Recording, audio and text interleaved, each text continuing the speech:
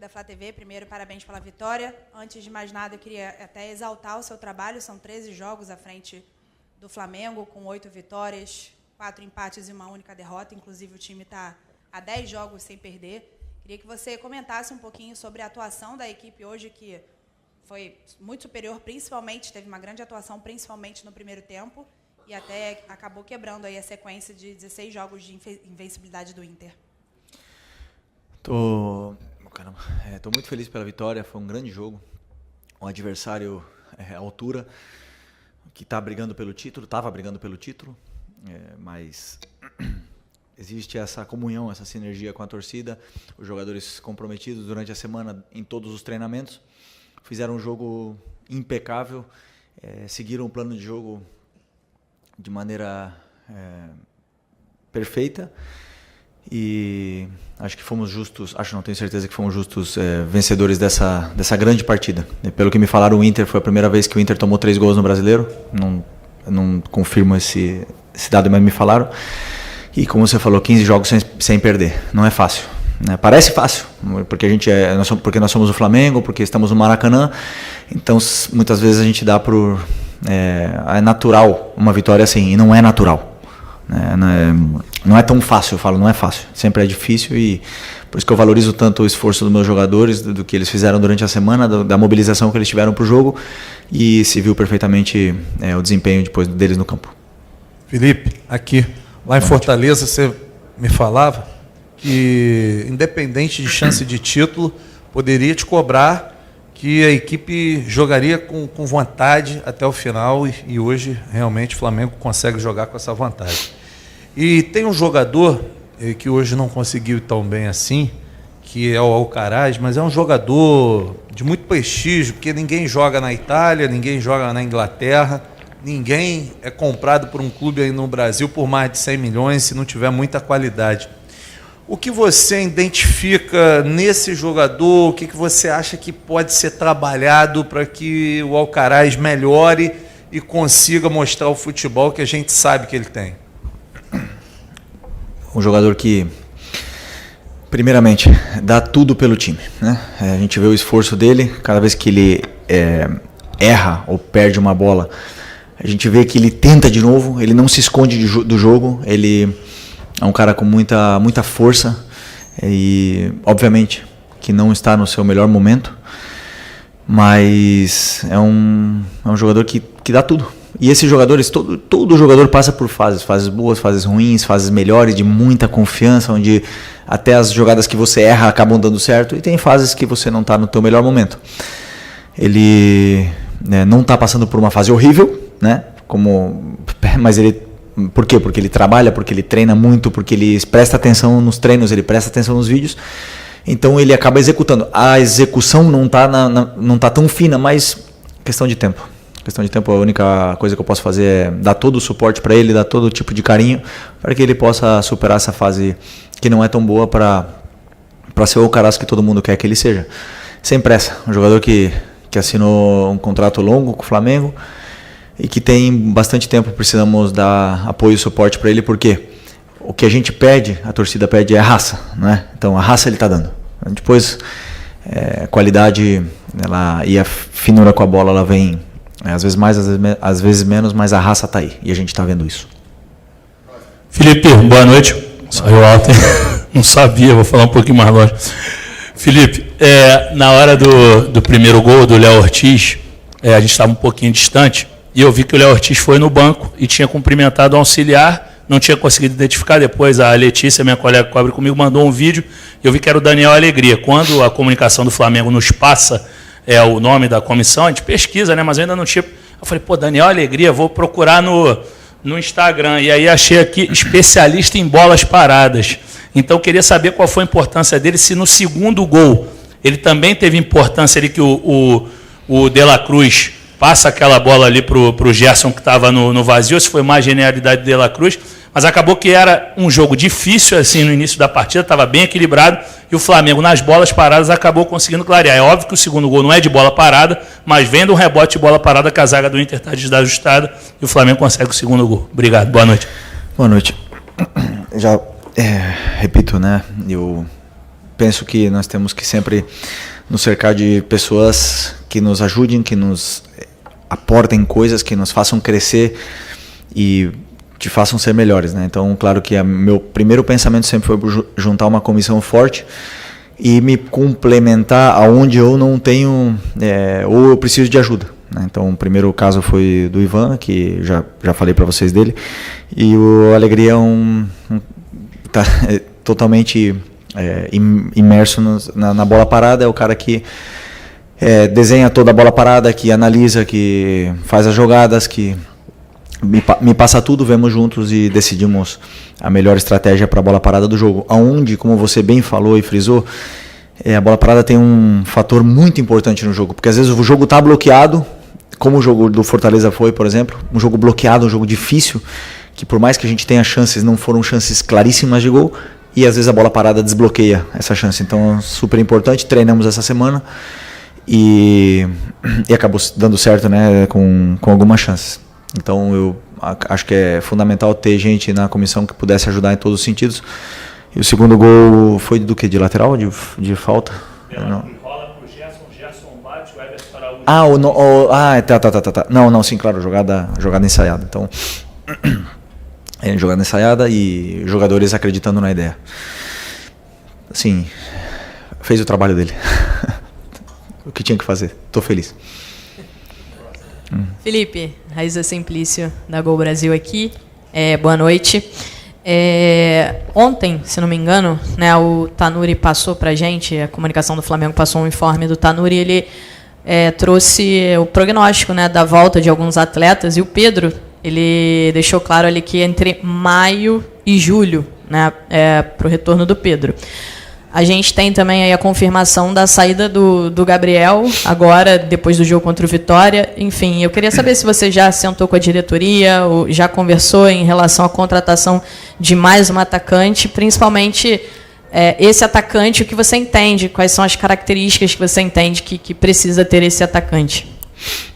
Primeiro, precisamos do Pedro, claro, um jogador desse nível, era o artilheiro do Brasil, um jogador desse calibre, é muito importante que a gente possa recuperá-los, mas o principal é que ele volte bem.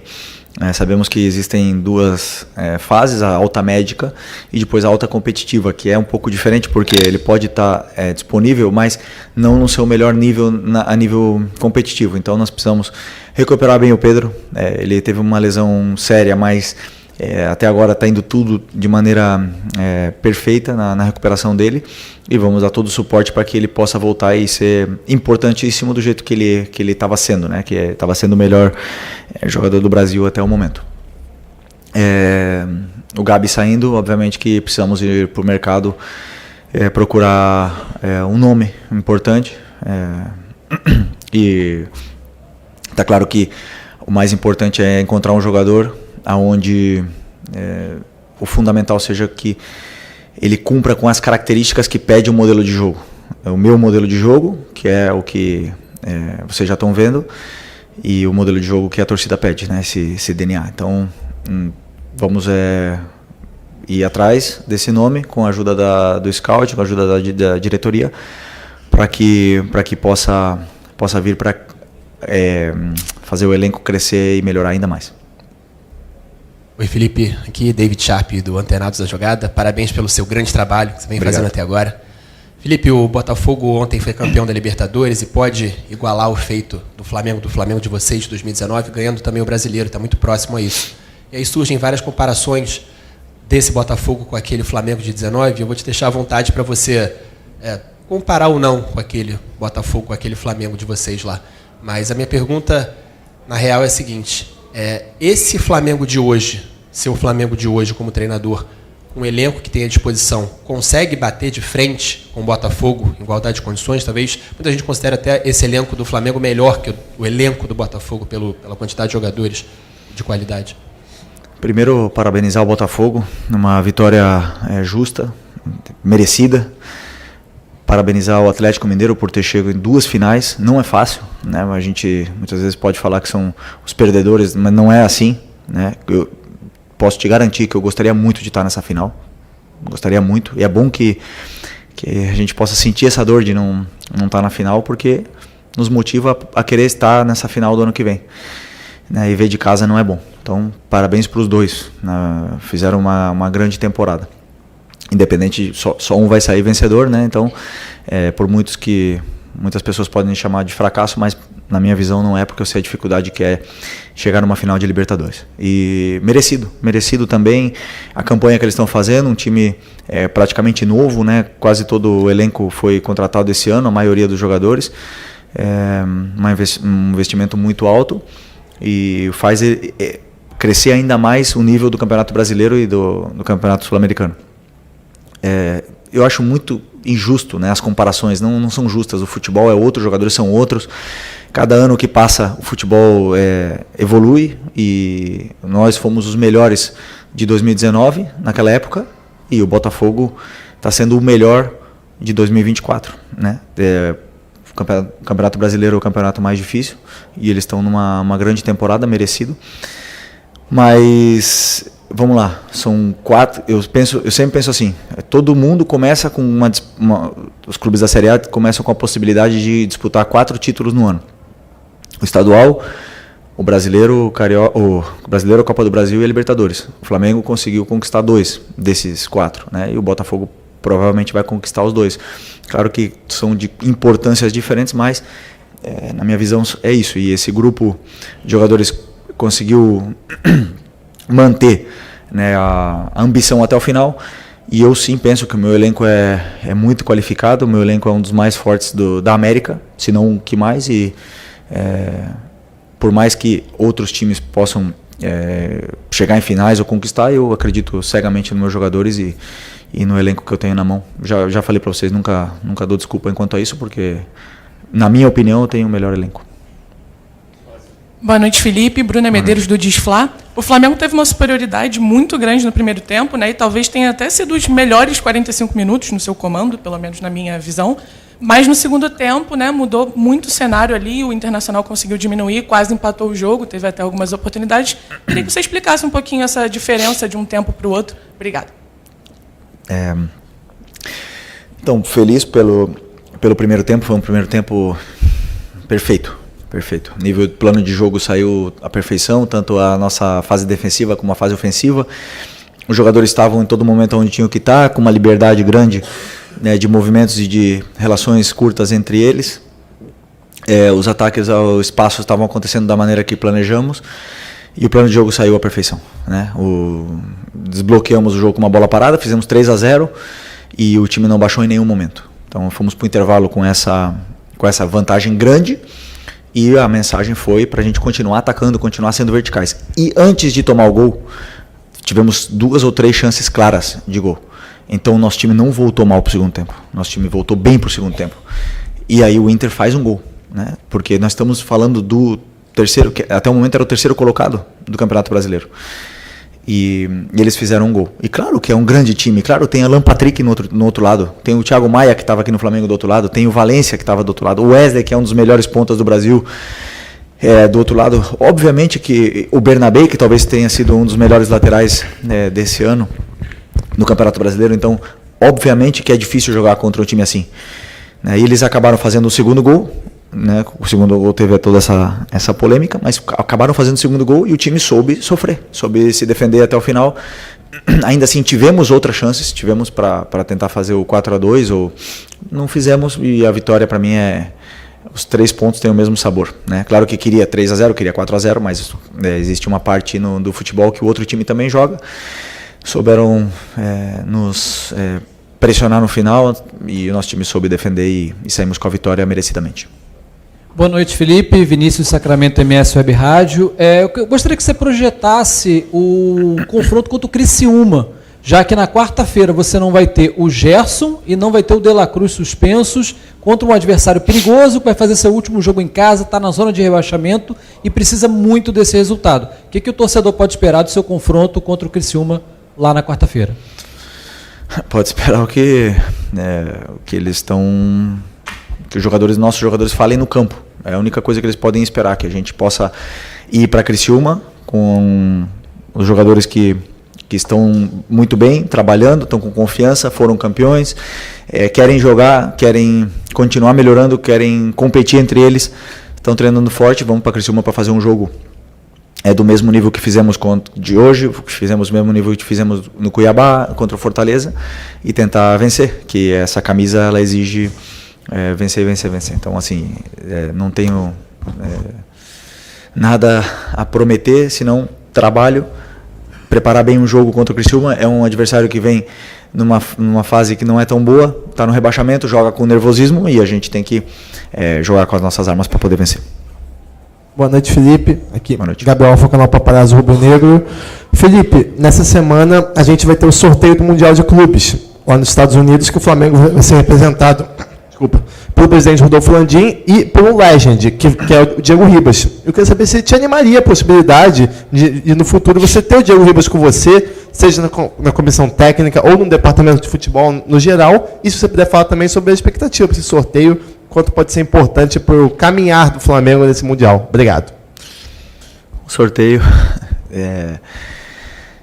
para mim já é uma honra poder disputar esse Mundial. Isso quer dizer que a gente fez bem as coisas nos anos anteriores, que nós somos um dos participantes desse Mundial, Super Mundial de Clubes. Independente do adversário, vai ser muito complicado, muito difícil, só estão os melhores do mundo ali nesse torneio, e vamos, sem nenhuma dúvida, para tentar fazer um excelente torneio.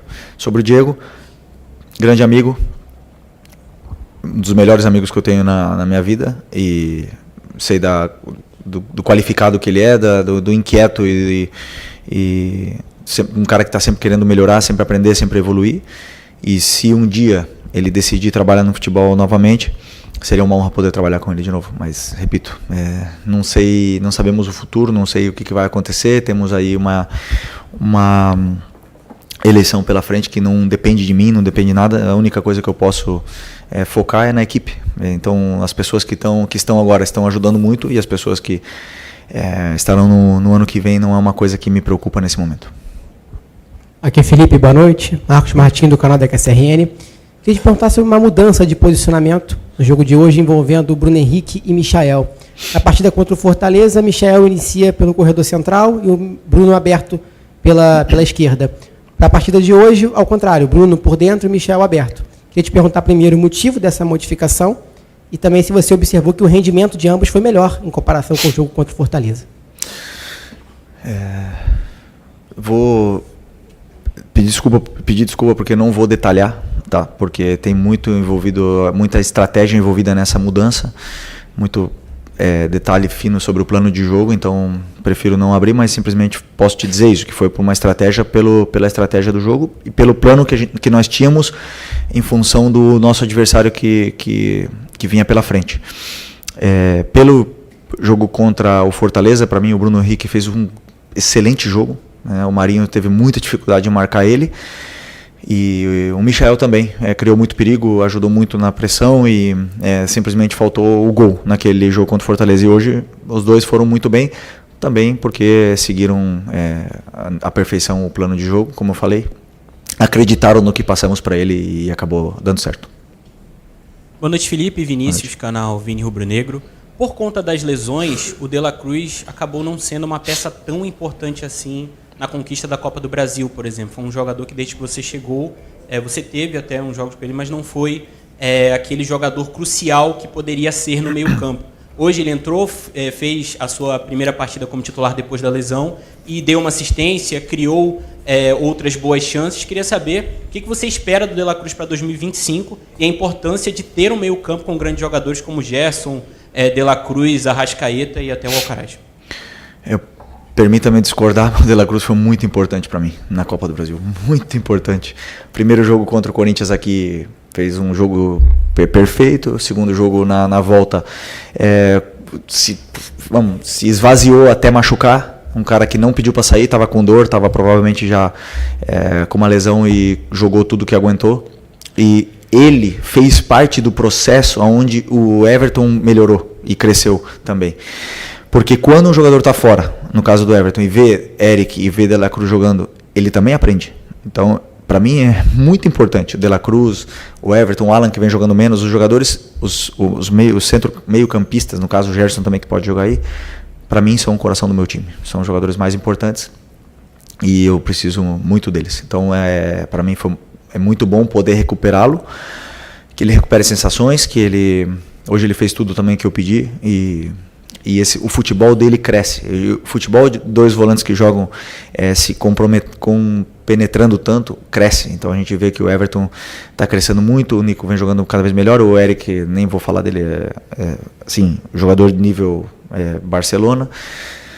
Então, e quero muito poder recuperar o Alan também, essa qualidade que ele tem. Então, assim, estou muito feliz e bem servido com os volantes que eu tenho. Felipe, aqui à sua esquerda, Renan Moura, da Rádio Globo CBN. Queria saber qual é o planejamento que você traça para o Gabigol nessas últimas 2 partidas, quais são as lições e o saldo dessa relação, já que não é o fim de uma carreira, né? Mas sim o fim de um ciclo que ele completa, né? Deixando aí a alcunha de um ídolo com a grandeza de um clube como o Flamengo. O Gabi, todo mundo sabe o carinho e o amor que eu tenho por ele. Um cara que eu quase considero como um filho, né? Mas temos que ver o que a gente vai fazer agora, porque ele está com 2 cartões e ele merece sair com uma despedida do Flamengo. Ele merece sair como a lenda que ele se tornou, né? Um ídolo eterno do clube, um cara super importante para a gente nesse processo de 2019 até agora. E vamos ver como a gente resolve essa situação para o último jogo, para que a torcida possa brindar esse amor que tem por ele, esse carinho que tem por ele, e que ele possa receber de volta todo, né, o carinho que ele deu para todos, porque ele é parte, história viva do Flamengo, e eu acredito que sim, ele merece sair bem. Não está se aposentando, como tu falou, mas é um cara que merece o carinho de todos. Boa noite, Felipe. Léo José, do Coluna do Fla. Uma das principais queixas da torcida é a falta de finalização em alguns momentos, né? Finalização quando o time tem a clareza para chutar, às vezes acaba dando um toque a mais. Contra o Cuiabá, aí vai uma visão pessoal, contra o Cuiabá eu notei que faltou um pouco mais de finalização certa em alguns momentos, contra o Fortaleza também. Aí vou dar o exemplo do Michael, contra o Cuiabá ele conseguiu driblar 2 vezes lá a zaga, né, do Cuiabá em 2 jogadas e não finalizou. E agora contra o Fortaleza também aconteceu algo semelhante, só que nesse jogo agora nesse jogo de hoje, contra o Inter, o Michael chutou e fez os 2 gols. Houve alguma orientação durante a semana, alguma indicação especial para que o Flamengo chutasse mais? Vamos lá, eu sempre penso que criar é mais difícil do que destruir. Essa é a minha visão. Então, quando você cria chances, você cria essa sensação de perigo, muitas vezes o último passe, ele não sendo bom, ele não dá a chance clara de gol. Mas está ali. A chance, ela está ali. A chance criada. E nós estamos tendo isso, né? Então, depois você falou que se refere a que o Michael, por exemplo, não falta finalizar ou alguma coisa assim. Eu sou um cara muito detalhista, então eu vou para casa, eu vejo o jogo de novo, eu vejo os treinos de novo. E eu vejo se realmente ele poderia ter finalizado. E eu até hoje, o Misha, assim, não teve uma chance clara realmente na frente do goleiro que ele não tenha finalizado. Sempre tem uma perna a mais que ele quer tirar para poder chutar. Ele quer limpar um pouco mais a jogada e quer chutar, mas é um cara que cria muito pro time, ele dá muito perigo, é muito difícil marcar o Michael. É um cara que se desmarca o tempo todo, ele tá atacando o espaço, ele vem no pé, ele faz contra-movimentos. Então ele cria muito. E por incrível que pareça, hoje criamos e fizemos 3 gols, né? Fizemos 3. No outro jogo, as outras perguntas foram que o time cria e não faz. E eu falei, é a mesma coisa. Tem hora que a bola vai entrar e tem hora que a bola não vai entrar. Depende do dia, depende do adversário, depende da chance ou do momento do jogador, depende de tudo isso. Mas que o time está criando muito. Meu objetivo é que crie o dobro. A única coisa que eu posso fazer para os jogadores se sentirem com mais confiança é que criem o dobro do que estão criando agora. É a única coisa que está no meu controle. Depois, dentro do campo, a qualidade é deles. Okay. Professor, última pergunta aqui. Beleza. Boa noite, Felipe. Sidão Marinho da Litoral News. Queria voltar no assunto do Super Mundial do ano que vem. Porque você pode ter um grupo com o Simeone do Atlético de Madrid e quem sabe o Jorge Jesus do Al Hilal. Claro que é sorteio, né? Não tem como adivinhar, mas você gostaria dessa possibilidade? Queria que você aprofundasse um pouco mais no objetivo do Flamengo dentro dessa disputa. Tem 3 equipes do Rio de Janeiro, se isso também pode mexer um pouco mais com essa rivalidade da performance da equipe, e se é possível para uma equipe brasileira sonhar com o título desse Super Mundial na sua visão. Obrigado. São muitas perguntas dentro da pergunta, mas eu vou primeiro, assim, claro que quando o Flamengo vai para uma competição, vai para ganhar. A gente nunca vai, vamos lá para passar da fase de grupos. Não, temos que ser realistas. Então, Bayern de Munique, Barcelona, Real Madrid, então, todos os times lá que têm um poder econômico, então os melhores jogadores do mundo nesses clubes. É fácil? Não é, não existe nada fácil. A Libertadores não é fácil, o brasileiro não é fácil e tudo mais, mas tudo pode acontecer. E nós temos, claro que, botar a camisa do Flamengo e ir para ganhar o jogo que vier pela frente. Sobre se vier o Atlético, o Al Hilal, a única vantagem é que eu conheço eles e eles não conhecem tanto, não me conhecem tanto os bastidores, né? Mas eu conheço os bastidores deles. Mas no final das contas, quem joga são os jogadores. E quem faz a diferença são eles. Então, o time do Atlético de Madrid está num grande momento e eu penso que vai ganhar o Mundial quem tiver no melhor momento. Então agora não adianta nada a gente poder falar do Mundial ou não, porque o Fluminense não está num bom momento. Mas até junho pode estar num grande momento. E pode acontecer ao contrário com o Botafogo, ou com o Real Madrid, ou não sei, com qualquer outro clube. Então é muito cedo para falar do Mundial. Temos muita coisa ainda pela frente. E a única coisa que eu posso repetir é que é um privilégio estar lá. Valeu! Muito obrigado, gente. Boa noite.